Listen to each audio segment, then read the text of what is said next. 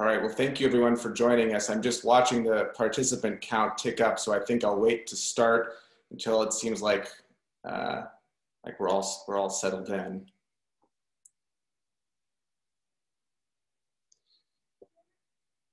Okay, well, I'm Justin Worland. I'm a correspondent at Time Magazine. I write about climate change. I'm thrilled to be here moderating this really distinguished panel for climate mayors on climate leadership in the age of COVID-19. We have Marty Walsh, the mayor of Boston, who is the incoming chair of the climate mayors here. Dan Lashof, who is the director of the United States at the World Resources Institute, and Mayor LaToya Cantrell from New Orleans, who is on the steering committee for climate mayors. So just to start the discussion, we're going to have some opening remarks, and then we'll get into a bit of a moderated discussion. As most of you know, there were questions that you could submit upon registration. We'll be pulling from those. There's also a Q&A box that we may get to if we have time, but we'll circulate those questions afterwards if we don't get to them. So with no further ado, I'll kick it off to Mayor Walsh for some opening remarks. I think you're— I'm sorry, Justin. Thank you very much, Justin. I appreciate that, and thank you for moderating today.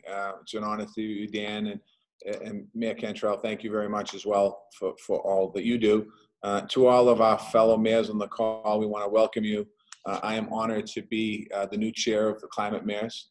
I want to congratulate my dear friend, our dear friend, Eric Garcetti, for his strong leadership over the past 7 years, and congratulate him on his new role. It's not really new anymore, but chair of C40. Eric certainly is a leader in this country when it comes to climate leadership. I want to thank him. I also want to thank Houston Mayor Sylvester Turner for his continued leadership as co-chair of Climate Mayors, and thank all my fellow climate mayors who have continued to drive climate action forward here in the United States. Your partnership is really important right now, and I look forward for all of us to accelerate our efforts. Everything we want to accomplish right now, public health, public safety, strong economy, racial justice, and equitable recovery from COVID-19, it all depends on a healthy environment. Climate action is the foundation for everything else we care about, and the facts are clear. We have less than 10 years to act on climate and prevent irreversible damage to our planet. It is up to us right now to confront it. In Boston and in cities all over this country, we've taken this responsibility extremely seriously. We've upheld our commitments through the Paris Agreement. We're focusing on cutting emissions and creating green jobs. And we're preparing our residents for climate impacts like rising sea levels, storms, and heat waves. And I know that Mayor Cantrell can talk a little bit about that as well and what she's experiencing in her city. As mayor, we're probably the closest to the people that we serve. We see firsthand how climate change is already impacting people of our communities. And we see enormous opportunity right now to create a much healthier, safer, and a more prosperous world through climate action. We have banded together in this work through Climate Mayors. We've kept driving this work forward, speaking in one voice at a national level. It's been especially important over the last 4 years when we didn't have any climate leadership in Washington, and quite honestly questioned if they believed in science at all. And now we welcome the Biden administration, which is committed to climate action. We're already seeing the work beginning to take shape at the next level, and I'm proud to lead this work as its chair. These are certainly challenging times, there's no question about it, but we're ready to get to work. And now we have an opportunity to establish an agenda for the coming year. What we're going to do is identify our goals together, but we already know that we want to continue to strengthen our partnership with other climate networks, including C40, the U.S. Conference of Mayors, the Urban Sustainability Directors Network. We need to continue to build broad coalitions that work. We need to show that everyone stands to benefit from climate action, and everyone has a role to play in making it happen. We want to keep creating more leadership opportunities within climate mayors. We represent right now more than 450 cities and tens of millions of Americans all across this country. There is so much diversity within our membership, which is really important. Everyone has something different to contribute, and we want to make sure that we're drawing on all of the talents and all of people's insights. And we want to engage with Washington as a partner on a national response to COVID-19. As a country, our recovery efforts must be rooted in equity and sustainability. As we rebuild our economy, we need to focus on green jobs. We need to look at the economic and social conditions that most of our populations and our vulnerable populations to COVID-19, especially people of color, immigrants, and low-income families are experiencing. And the same populations, the most vulnerable impacts of climate change. It's amazing when you think about the impacts. If you look at a map, you'll see that the challenges of COVID in the neighborhoods that are happening all across America, I can speak for Boston, and the impacts of climate all across the city of Boston, and the map looks the same. Those populations are vulnerable. It's all connected. And now it's time to heal our nation by investing in long-term community health and well-being. And climate action is at the heart of our work. I'd like to hand it off now. I think I put it back to you, Justin, to bring our other speakers in. Yeah, thank you. There's important threads in there that we'll pick up on in the Q&A. And so next we have Dan Lashof. Thanks very much. Thanks, Justin. Thanks, Mayor Walsh. Honor to be part of this with you and Mayor Cantrell. Look, for the last 4 years, climate leadership in the United States has of necessity come from cities, states, and companies who rallied under the banner of "We Are Still In" to declare their commitment to the goals of the Paris Climate Agreement after President Trump announced that he would pull the United States out. And the United States officially withdrew from the Paris Agreement on November 4th, the day after the election, the only country to do so since the historic agreement was reached 5 years ago. But the Trump administration has actually been driving backwards on climate since January 20th of 2017. Fortunately, on January 20th, 2021, the United States will rejoin the Paris Agreement, and President-elect Biden has pledged to make climate action one of his top 4 day one priorities for his administration, which begs the question, do we still need cities to lead on climate? The short answer to that obviously is yes. The urgency and scale of the climate crisis requires an all-hands-on-deck approach. If the United States is going to approach the 45 to 50% reductions in greenhouse gas emissions by 2030, the level of ambition demanded by science and expected of our citizens and by the international community alike, we have to build on the leadership of cities, states, and companies and not supplant it. That's the conclusion from the Accelerating America's Pledge report, which WRI contributed to. It found that enhanced non-federal action could by itself reduce emissions by up to 37% by 2030, and that emissions could be reduced by up to 49% by 2030 compared to 2005 levels, with an all-in approach in which the federal government builds on local, state, and private sector leadership. So the more nuanced question that I think we have to ask now is, what is the optimal role for cities in a climate action full court press? And what does the federal government need from cities to be successful? And what do cities need from the federal government to be successful as we move forward? These are the questions that WRI seeks to help answer through our Climate Federalism project, which brings climate action leaders from cities and states together with experienced federal climate policymakers. And we issued a report a couple of months ago, which is available on our website. Here are a few of the key principles that we outline in that report. First, cities are uniquely positioned to ensure that climate action strategies are also rooted in equity and justice. We must respond to the COVID-19 health crisis, the economic crisis, racial injustice, and a climate crisis simultaneously by building back better, as President-elect Biden has pledged to do. That means not only protecting the most affected communities from further harms, but also improving the well-being of those communities in ways that repair previous damage while creating new and better opportunities through the future. Cities must also play a key role in a number of policy areas, including land use and zoning, building code enforcement, and smart infrastructure investments that are resilient to climate change.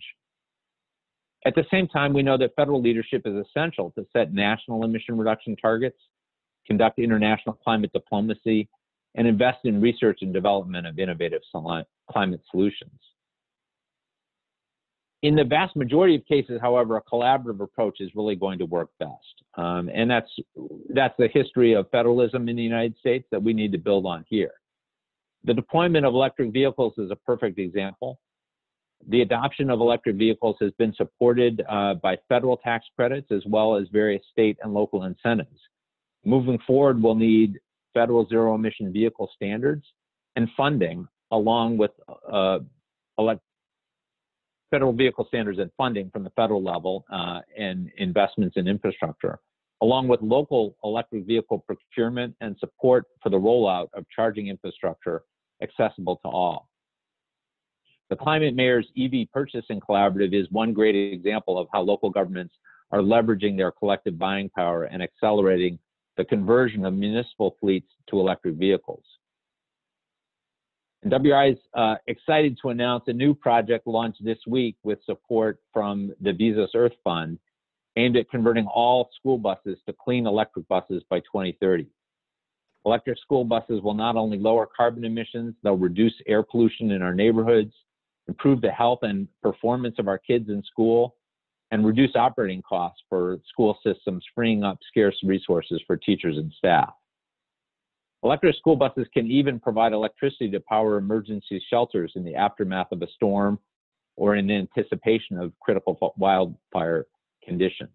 So it really is a win-win-win solution for climate change that we're excited to work on. So we look forward to working with climate mayors, as well as climate governors and climate companies and a climate president to confront the climate crisis once and for all moving forward. Thank you very much. Thank you, Dan. And then finally, we have Mayor Cantrell. Thank you. Okay. Well, thank you all again, and it's always good to be with my brother, Mayor. And congratulations to you, Mayor Walsh, for your chairmanship. Look forward to working with you and even Mayor Turner there in Houston. And of course, Dan, thank you, and Justin.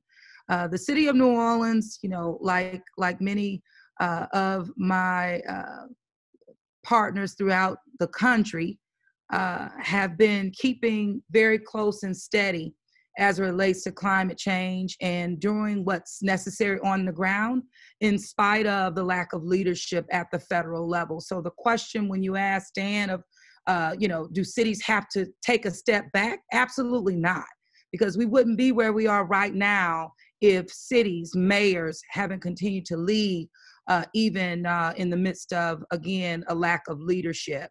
But, you know, things will change, and you know that we cannot do this alone. And that's one of the reasons why I joined the C40's Mayor's Task Force for COVID-19, because again, this is an obligation that we have just to do things differently, but also faster. Because you mentioned, Dan, all hands on deck absolutely is necessary.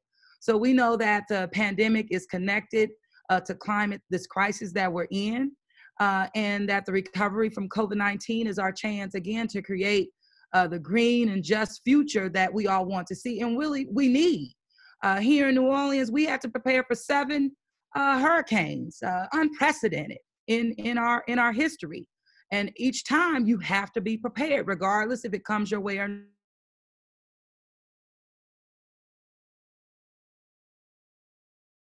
Will not return to business as usual. And just a couple of things that we've been doing here in New Orleans. Here this week, we announced the $5 million JP Morgan Chase Advancing Cities grant that we were fortunate to be a part of. It's an historic investment into blue and green infrastructure projects and creating those pathways, because we know I have 40,000 of my folks who are not employed. And also I'm very heavy, our city is on hospitality and tourism. So this is the perfect opportunity and obligation to pivot to more growth sectors. And we see that being in blue and green infrastructure. And since March of this year, in the midst of COVID, we put over 350 million of infrastructure projects in the ground, you know, in terms of advancing that work, notices to proceed, and an additional 245 million hitting the street this month and into next month. So infrastructure is where it is, and particularly focusing again on the blue and green. Also, we're exploring ways again to pedestrianize our areas, particularly the French Quarter, limiting vehicular traffic, of course, taking a bite out of those emissions I know Dan spoke about. New Orleans is one of the 12 cities to sign the C40's Divest Invest Declaration. That was in September. We're working to install dozens of electric charging stations across the city. Solar for All program we launched, providing low cost to no cost solar installations to wherever you live in Orleans, but being very intentional about looking through that equity lens that we have to be focused on. Of course, working with my Governor Edwards, with his climates initiative task force, my Sewage and Water Board, we just added 6 hybrid electric trucks to the fleet. And what this means for us is 50% increase in miles per gallon and 33% decrease in emissions. So again, that win-win. And I also had to make sure that the city filed lawsuit against a number of oil and gas pipeline companies whose actions have damaged our coastland, our wetlands, and making this city more vulnerable, and really our state, Southeast Louisiana coastlines, more vulnerable to flooding and, of course, to hurricanes. And when you talk about 7 that we had to prepare for this year, 2 hitting, it's real. And now is the time. And I'm just committed to this work because time isn't on our side. We're behind the 8 ball. But I will have to say, although the federal government may have taken us out of that Paris, the climate action agreement, but mayors across this country have been relentless in our charge and our commitment to this effort, and we will continue to do that. I'm all in. Great. Well, thank you. All 3 presentations or remarks have lots of threads to pull on in this discussion period. So just to open, I want to sort of ask anyone who wants to remark, what do you hope for from the incoming Biden administration in the first 100 days, in the first 6 months on climate? What are your climate hopes for the incoming administration? Oh, well, first of all, a stimulus package, a relief, expedited package coming to help our cities. The city of New Orleans, the money from the initial CARES was diverted and diluted at the state level. And I have expenses that were approved but not reimbursed in an upward of $133 million. So it's hurting. I'm on furloughs right now, all of our people, public safety. And this doesn't look to stop as we move into 2021. Rejoining the Paris Climate Agreement on day 1, huge step in the right direction. And again, ensuring that all funding, included climate-related infrastructure funding, goes directly to the cities. None of this threshold. Now, I know for Orleans, we're under the $500,000 population mark, and that's been used against us as well.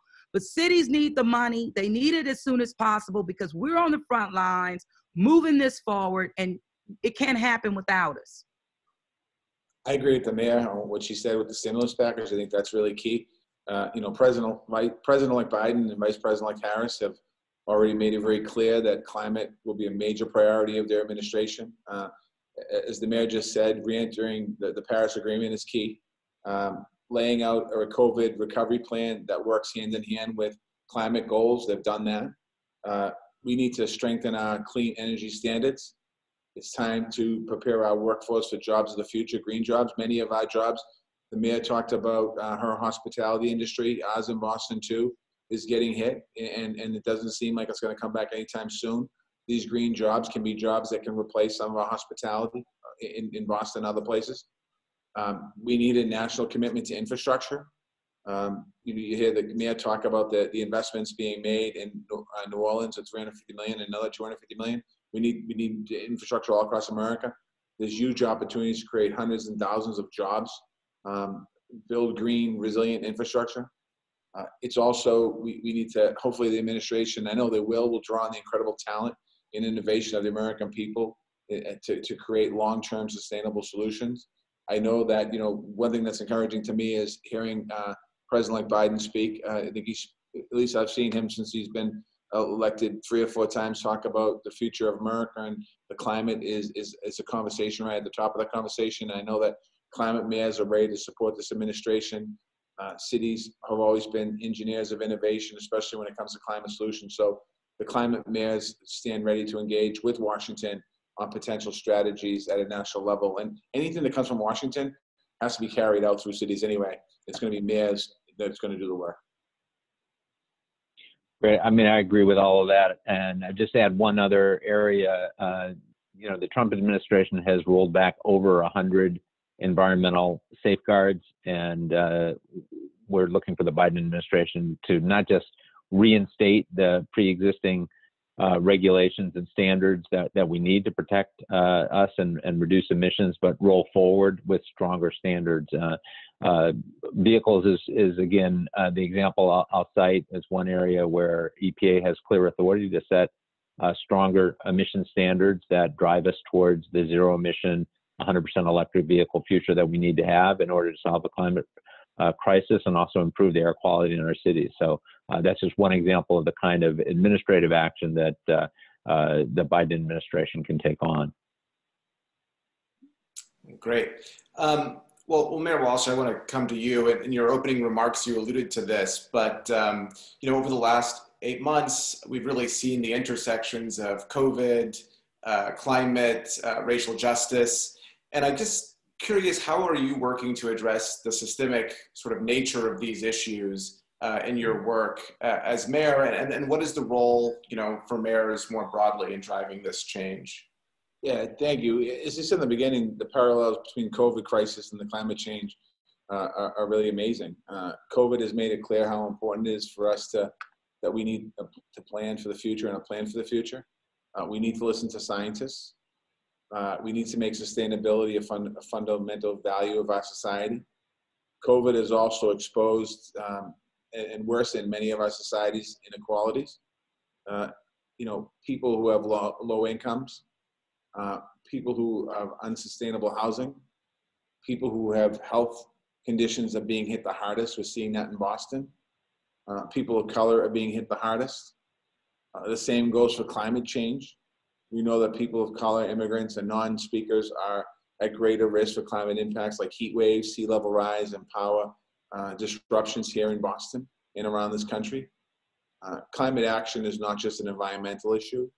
It's a public health issue. It's a public safety issue. It's a human rights issue. And it's certainly a racial justice issue. As part of the reason I declared racism as a public health crisis in Boston is that we need to recognize all the ways that historic systemic racism has profound and devastating impacts on the people's health, well-being, and survival. And our long-term recovery from COVID needs to be rooted in environmental and racial justice. I'll give you an example. Carbon emission standards will focus on reducing emissions in our largest buildings and building career pathways for people of color. We're making sure that the populations most impacted by climate change benefit will be from green jobs that we create. And I will make equity a central focus of my leadership at Climate Mayors. And I think that many of our cities across America, we're all grappling with the same issues. So I think the way we do this is by laying down a blueprint, a roadmap, so that we can help each other. I mean, obviously, Mayor Cantrell, myself, Mayor Turner, and other folks, we have environmental officers. We have ability to do things. Some mayors and cities don't have that ability. They might have a person, a part-time person. So it really is laying down a blueprint that other cities can follow across America. So that's how I see us working closely together in different areas. Well, Mayor Cantrell, I want to ask a question in a similar vein. Climate change cuts across a whole variety of issues, you know, as we were just talking about, racial justice, the economy, and yet that isn't necessarily always apparent to people on the ground. How do you make the case to people in New Orleans that, you know, that this is, you know, climate change is an issue that they should be focusing on and that you should be focusing on and that really affects their day-to-day lives? Sure. Well, first of all, you know, kind of going back to my comment earlier, we went through we had to prepare for 7 hurricanes this season. That's unprecedented. And every time that was citizens not only, you know, having to listen, but prepare themselves for what was coming our way. And Hurricane Zeta hit us. The eye was over New Orleans. And so while it did not bring a lot of water, it brought wind. and it was a category 3 when it made landfall. You can't make that up. And so, you know, when you're talking about the community, it helps, I hate to say, when you have those events, simply because it is the science that has been telling us such. So we engaged all of our stakeholders at the grassroots level, foundations, organizations, you name it, to develop a climate action equity project. And so this was recently presented to the City Council with proposed action items as well, so that we can start doing the work, meaning implementing different policies as well as programming to, again, bring people along. In addition to that, when I talked about the 7 hurricanes that we had to prepare for, the majority came so fast. So while we start at hour 60, well, you learn about these, you don't even have hour 60 anymore.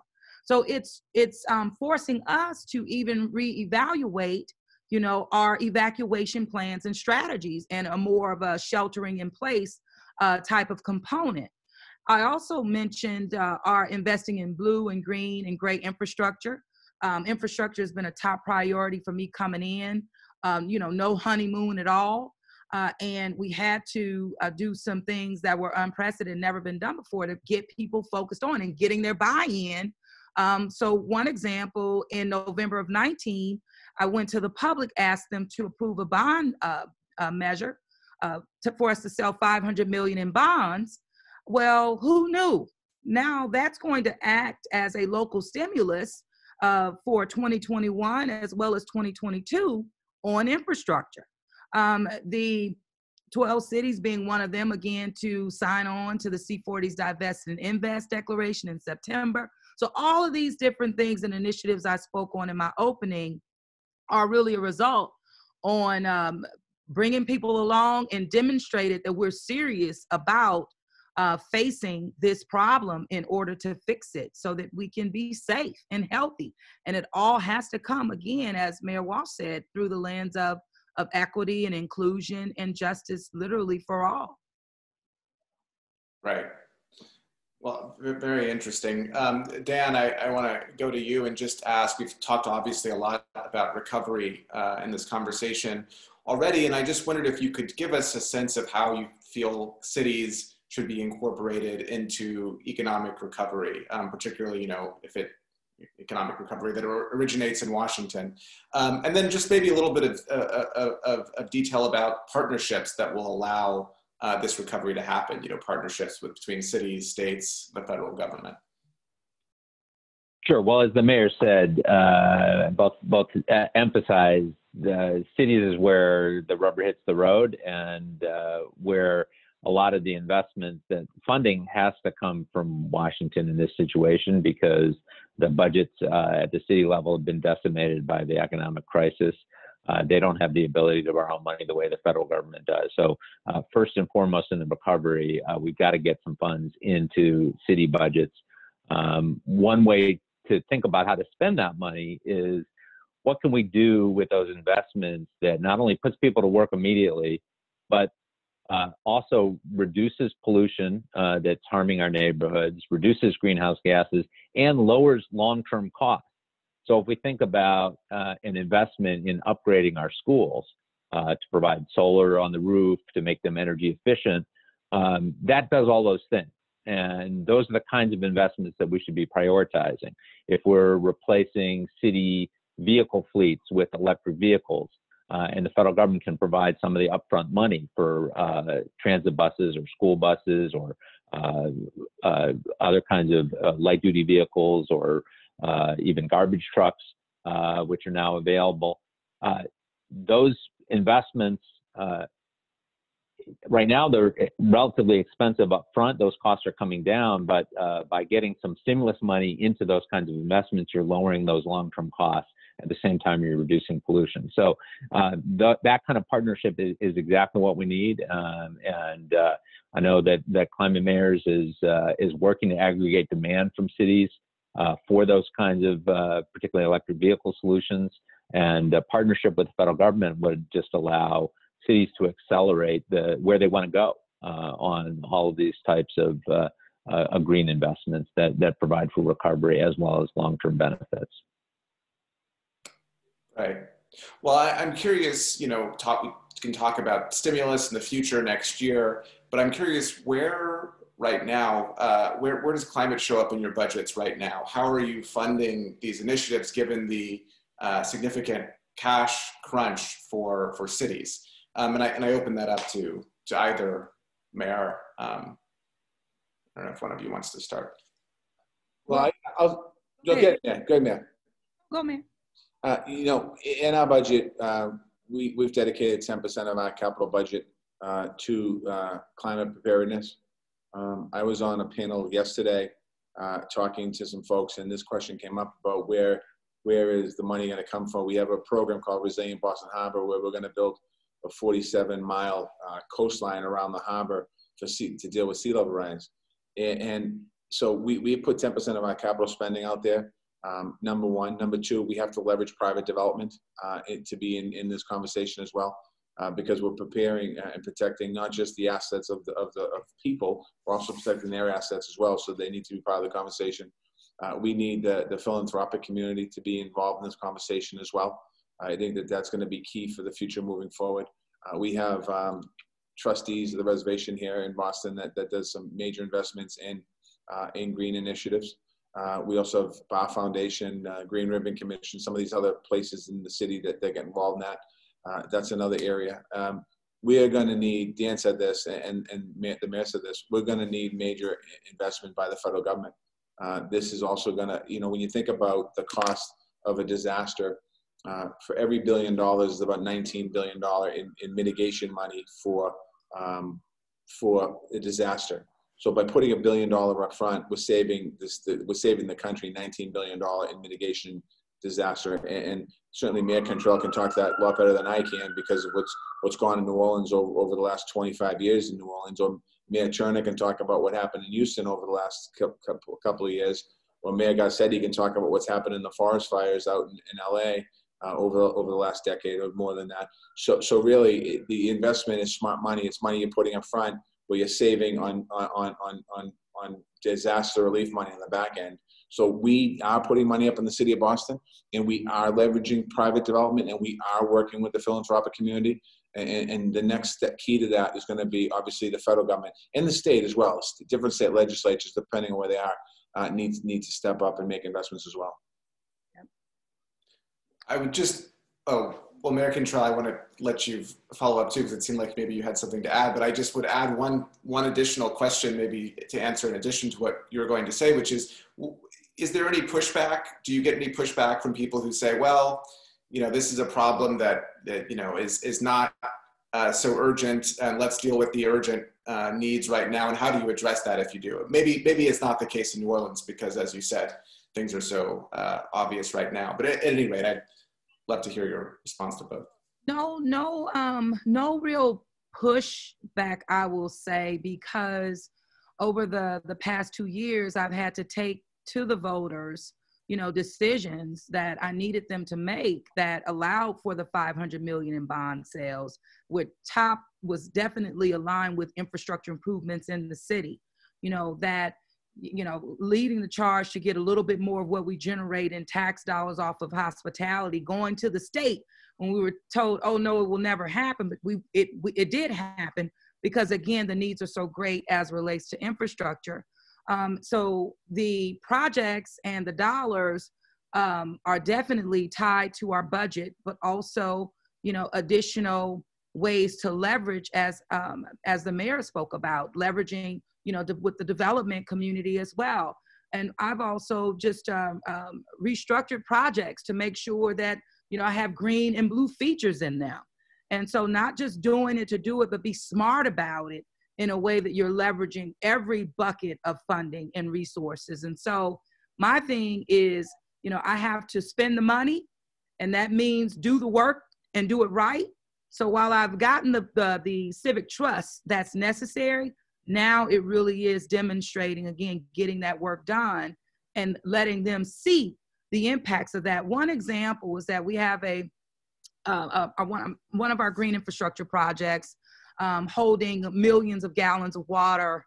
We had a storm come through and residents were able to see, even before it was completed, that holding that water kept it from getting into their home. So again, bringing people along, doing the work, and making sure that it's leveraged appropriately so that we can do more of it. But we can't do it alone. The federal government needs to absolutely make this a priority as it relates to our infrastructure and roads and streets and bridges and drainage.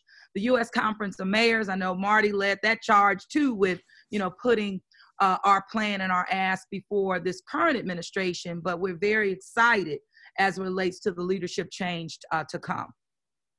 If you don't mind, Jessica, can I just add a little more to this? Yeah. Just I think that the second part of your question, that the way I would look at it in Boston is that the private sector, I mean, what we're doing in Boston, particularly with Resilient Boston Harbor, is a series of 47 miles of connections, bringing people back to the ocean, back to the harbor. So even though we're building basically resiliency from sea level rise happening and doing damage in the city, we're also connecting people to the water in those 364 other days of the year when people want to connect to the water. So it's an investment in infrastructure. It also, there's no scapegoating. The United States is in an economic crisis. We know that. Every single city and state is dealing with serious budget issues. It's forced us to take a hard look at our priorities. There's no question about it. Climate change in Boston and in many cities around America and the state, it remains a top priority. The bottom line is that we can't afford not to invest in climate action. To scale back our efforts would be short-sighted. We're just seeing what's happening nationally. I mean, Mayor Cantrell talked about 7 hurricanes, flooding, and wildfires out in the West, and millions, causing trillions of dollars worth of damage. We need to fight the cause of climate change, prepare for its effects now. Or as I said earlier, we're paying a lot more down the road. This isn't a time to kick the can down the road. Climate action is the best investment that we can make in our cities and the future of our cities, quite honestly. It's about also protecting our young people, our kids, from climate disaster. It's about creating jobs for tomorrow. It's also about protecting public health and safety right now for generations to come.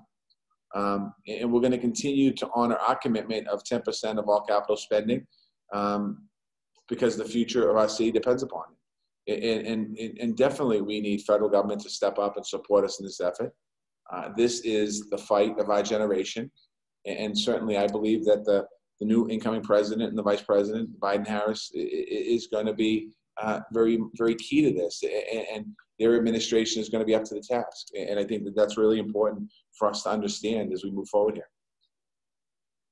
Great. Well, I want to jump to some of the audience questions here as we get 40 minutes past the hour.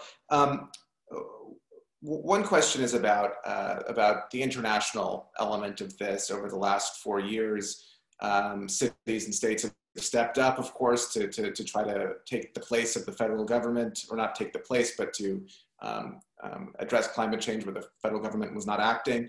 And so there's a question here about what cities can do to contribute to the U.S.'s international commitment. It's NDC, which of course goes to the UNFCCC as a signal of where the U.S. is going. And so what's the role for cities in contributing to the NDC and to international commitments? And I'll open that up to anyone. I would love to get Dan back in the conversation, but if either.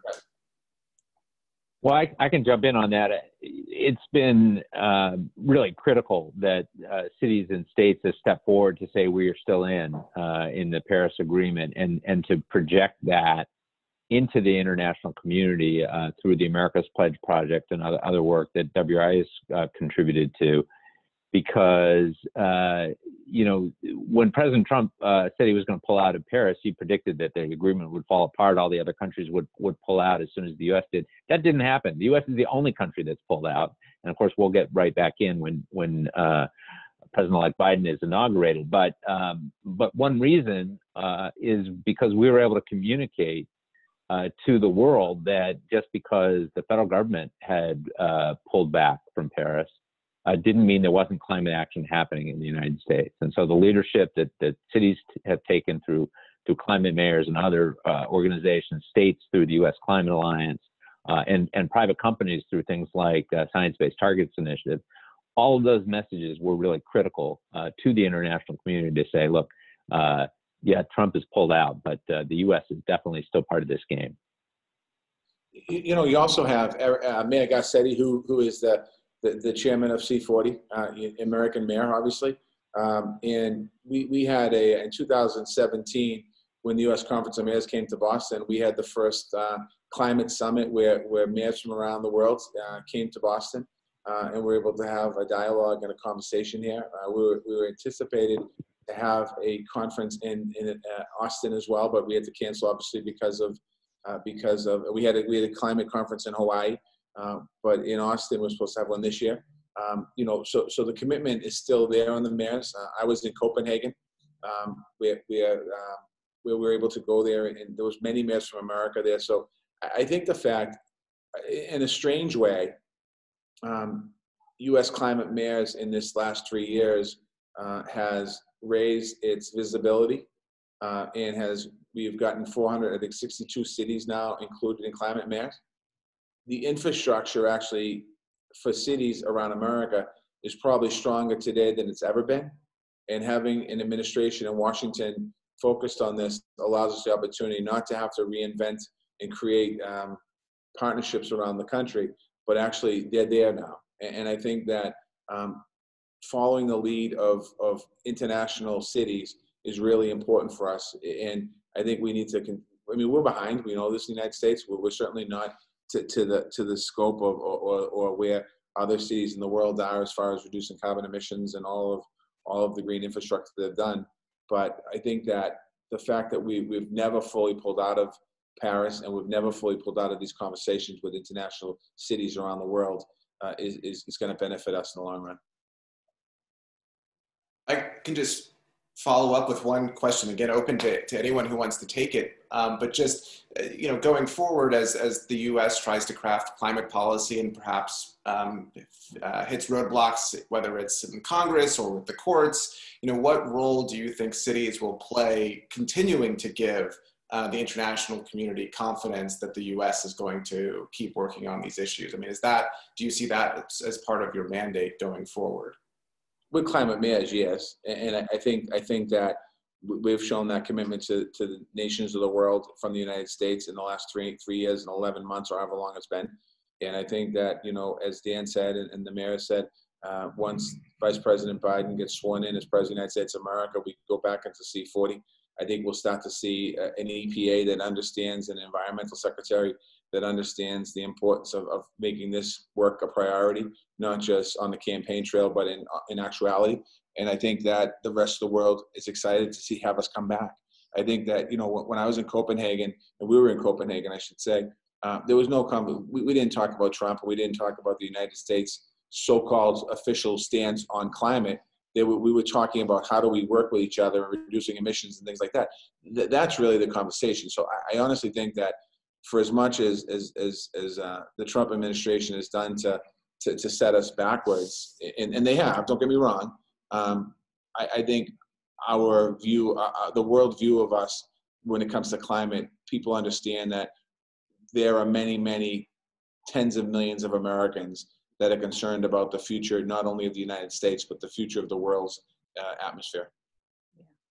And I would add, hey, as climate mayors, I mean, we know what has worked in our own communities, right, to create more jobs and being equitable and sustainable cities. We've laid out core building blocks. I mean, we get it, and we have been doing the work. And as Marty said, hey, when we were in Copenhagen, we were talking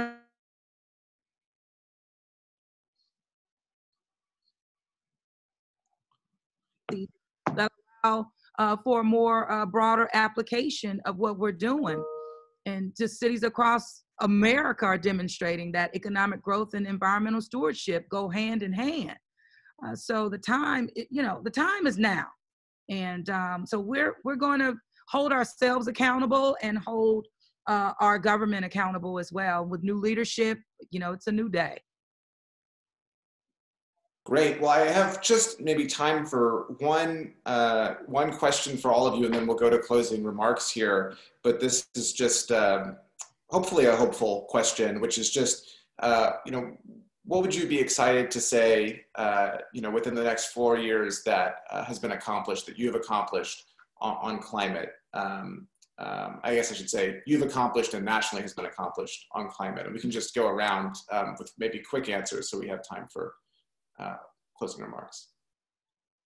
I could think of a couple of things, but one is some benefits to this lawsuit that was filed against oil gas that has damaged our coastline, our wetlands, and absolutely necessary. And then, you know, we set a goal of reducing our carbon footprint by 2030, 50%. So, you know, 4 years from now, I would at least like to say that we moved that ball, you know, significantly, at least 25%. I think locally, we plan to develop our emissions performance standard and implement several more resilient projects through our Climate Ready Boston. We also hope to continue developing our urban park network, which I talked about, Resilient Boston Harbor, and creating more pathways into green jobs, especially for the residents of color. Nationally, I hope we make significant progress towards the goals of the Paris Climate Accord. It's not just simply going back into the accord, but actually making significant goals. And I hope that we can emerge from the COVID-19 pandemic stronger than we were before. That would be what I would hope. Great. And I'll just add, I think globally, we hope to see the United States re-enter the leadership of tackling the climate crisis with a strong commitment to a 2030 emission reduction target at the national level of 45 to 50% by 2030. And then at the local level, real commitment to transition to a 100% clean transportation system that includes all people, gives everybody access to mobility and where they need to go to shop and get to work with a variety of choices, whether that's a shared bicycle or an electric car or an electric bus. We have the technology now, so we shouldn't accept that that we allow pollution right into the middle of our cities in order for people to get around. We can't accept that anymore. Yeah, absolutely. Well, we're now at the end of the discussion, and I guess we'll just go in the same order that we started with. So, you know, Mayor Walsh, if you'd like to start with closing remarks. Dan, Justin, I just want to thank you for moderating the conversation today. Dan, thank you as well, and Mayor Cantrell, thank you for your leadership. This is an exciting period going into 2021 here. When you think about, I'm honored first and foremost to be named the chair of U.S. Climate Mayors. I'm also honored to work with my colleagues. I love my colleagues, and I love the work that we do collectively together. And there's a real opportunity here. And I think that I want to thank the young people in this country that spoke up and spoke out last year. We had 10,000 young people in City Hall Plaza, you know, fighting for our climate, and to let you know that we're hearing you, and we need to continue to work collectively together to make our nation better, and to make sure that we have a safe, clean, healthy nation for our future generations. So thank you for the opportunity to speak today. Thank you. Thank you. Oh, go ahead. Sorry. Yeah, no, just jumping in. So really, it's an honor to be part of this conversation with you, Mayor Walsh, with Mayor Cantrell. WRI wants to be a resource to cities that want to take the next step on climate, that want to have that partnership with the federal government and with states. We can help with technical support. We're doing that with a number of cities and helping them procure renewable electricity. We're starting this new project around electric school buses, and we just want to be a resource to help the governments and companies that are committed to climate action. And we see you know, an unprecedented level of commitment, which is very encouraging. We see a lot of progress in technology, and now's the time to scale. So we've had a lot of, you know, good pilot projects and a lot of things, but now's the time to really commit to make the transition to a 100% clean economy and really tackle this problem once and for all. We're excited to be part of that. Well, thank you all so much for including me in this this discussion. I appreciate that. And again, anytime I'm able to get with my brother Mayor, it's always just a good time. And not only that, it's motivating. We are on the front lines every single day, and continuing to collaborate and share the work, and also bring our people along. It motivates me, I know, but it motivates other mayors across the country. And so we're just needing to continue to be unwavering, and also push for the support that we need from our private sector as well, and partners in terms of philanthropy, and leveraging our resources to do the work. And sometimes it can be kind of lonely, in your city as you're fighting for infrastructure. And so if we can make sure that we are helping to educate citizens across the country, and helping mayors who are on the front line kind of carry that message, so that their residents understand that it's not unique just to your city. We're all in this together. And so sometimes, you can feel like you're the only one in your own city. And that's why these conversations and partnerships are just so key, because again, it allows us to demonstrate that it's not just unique to us, but we can get through it if we take it on and work together. Excellent. Wow. 5 minutes early, but I guess we'll conclude 5 minutes early. Thank you so much for these closing remarks, and for taking the time. I think this was a very interesting discussion. And thank you to all the participants for coming. As I understand, there's a recording, so you can share it and watch it again if you'd like. But thank you again to everybody. Appreciate the time. Thank you. Thank you, Justin. Thank you. Thank you, everybody. See you later, Mayor. Thank you, Mayor. Thanks, Justin. Thanks, Dan.